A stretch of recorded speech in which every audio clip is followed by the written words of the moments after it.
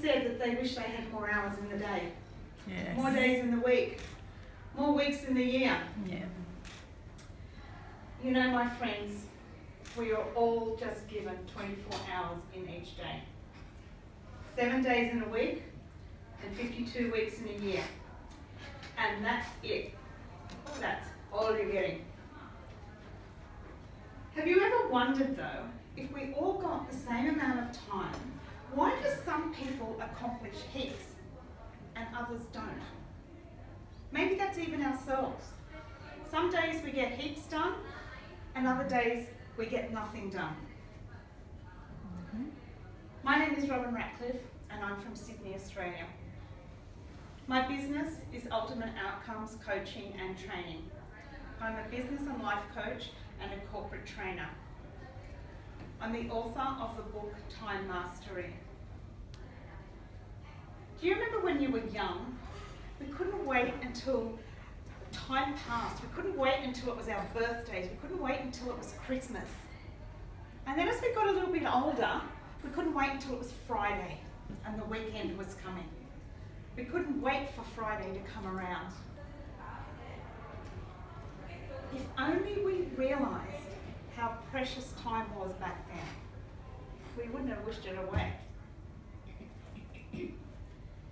But when we see those whose lives have been cut short, it's then that we realise that none of us know how much time we've got left on this earth. I'd like to share something with you that happened just last year. I had two beautiful cousins.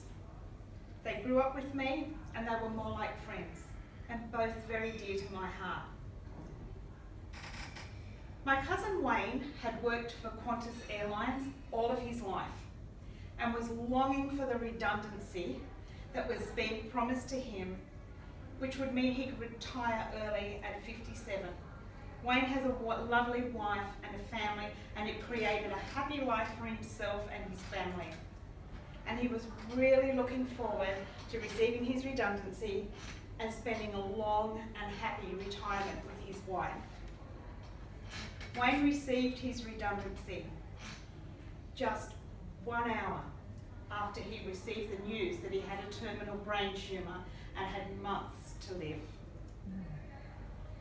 But whilst that was devastating news and his dreams of retirement had been shot, Wayne died with no regrets. It was so sad that his life plans were cut short, but he had no regrets because he had made the time to do what was important to him. 2 months later, my cousin Martin had a fall, hit his head and received a brain injury, and he died 6 weeks later at age 58. Unfortunately, Martin was estranged from some of his family over some really silly situations. He told me, "One day I'm going to fix it. It's just not the right time." Martin was always talking about what he was going to do one day. At Martin's funeral, there were so many regrets. He didn't have the time to do what he wanted to do and reconcile with the people that he loved. Friends, we never know how much time we have. We never know what life will bring to us.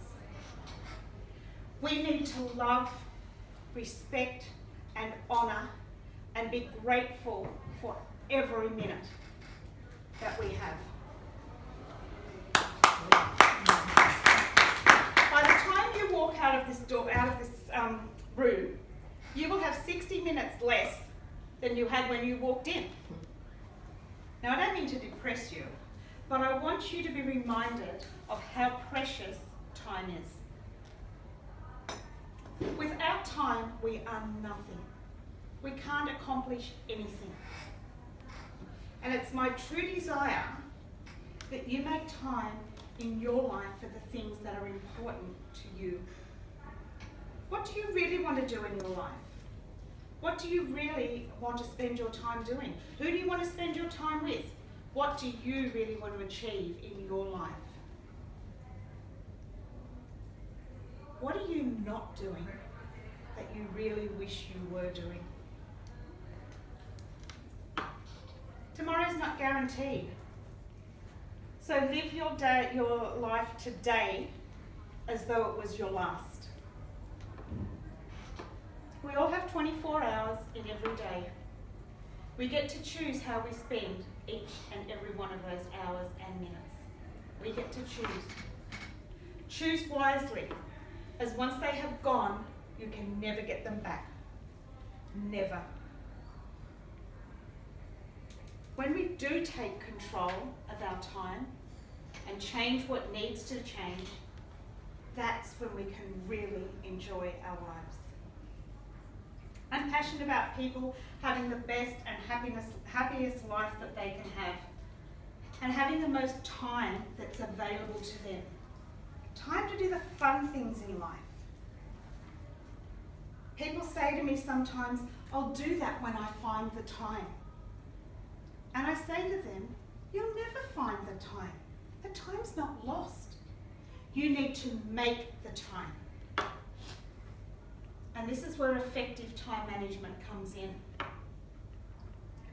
I wrote my book, Time Mastery, because I truly believe that when we master our time, we control our time, we take charge of it, and we decide how to spend it, then and only then can we create the lives that we truly want. We can't cover everything here today, but the first and very important thing is to know what we want. What are our goals? What do we want in our life? What do we want to achieve?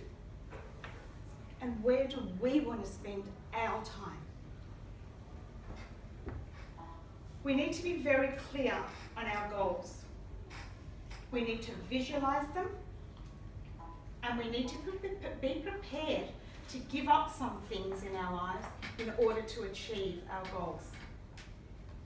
And this is where prioritizing our time comes in.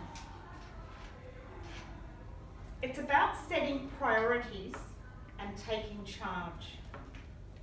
It means changing habits or activities that cause us to waste time. It means being willing to experiment with different methods and ideas to enable you to find different and better ways and make change in our lives to get the results that we want. We need to learn to be assertive, and sometimes we need to say no.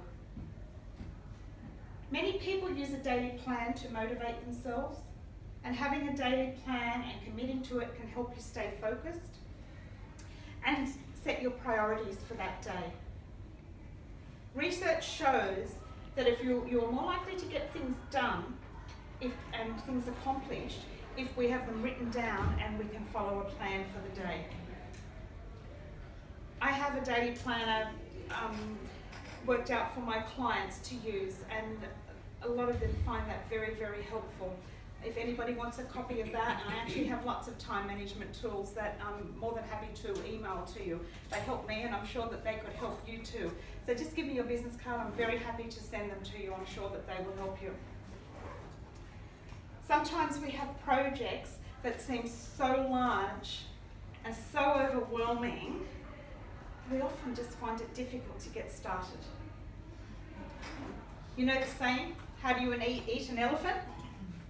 One bite at a time. And that's the way we need to tackle those really big projects. A lot of people procrastinate. I find the most common causes of procrastination are not having a clear outcome, not really knowing what we want, not knowing where to begin, overwhelm. Everything just seems so big.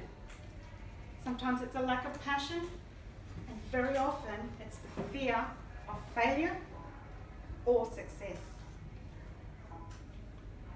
But simply, the people who have overcome procrastination have the ability to select their most important task at any given moment and then start on that and get it done both quickly and well. Getting started is often the hardest part.